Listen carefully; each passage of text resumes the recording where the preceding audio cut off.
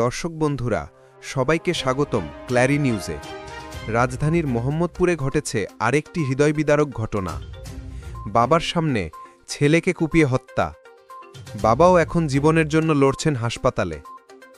পুরো ঘটনা জানতে ভিডিওটি শেষ পর্যন্ত দেখুন, আর আমাদের সাথে থাকতে লাইক, কমেন্ট আর সাবস্ক্রাইব করতে ভুলবেন না।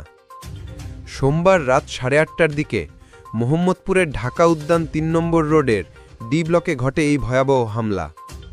সন্ত্রাসীদের ধারালো অস্ত্রের বর্বর কোপে প্রাণ হারান ২৬ বছর বয়সী বাবু।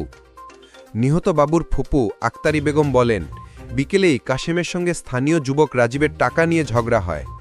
কথা কাটাকাটি, পরে হাতাহাতি। কিন্তু কে জানত কয়েক ঘন্টা পরেই এই ঝগড়াই রক্তাক্ত হত্যাকাণ্ডে রূপ নেবে। রাত 8:30টার দিকে কাশেমের বাড়ির সামনে ঘটে ভয়ঙ্কর ঘটনা। রাজীব, সবুজ, রুবেল, মোহনসহ কয়েকজন মিলে পরিকল্পিতভাবে হামলা চালায়। ধারালো অস্ত্র দিয়ে এলোপাতাড়ি কোপাতে থাকে বাবা ছেলেকে। ক্ষতবিক্ষত অবস্থায় স্থানীয়রা দুজনকে দ্রুত সোহরাওয়ার্দী হাসপাতালে নিয়ে যান, কিন্তু সেখানে পৌঁছানোর আগেই বাবুকে আর বাঁচানো গেল না। ঘটনার পরপরই হামলাকারীদের ধরতে অভিযান শুরু করেছে মোহাম্মদপুর থানা পুলিশ।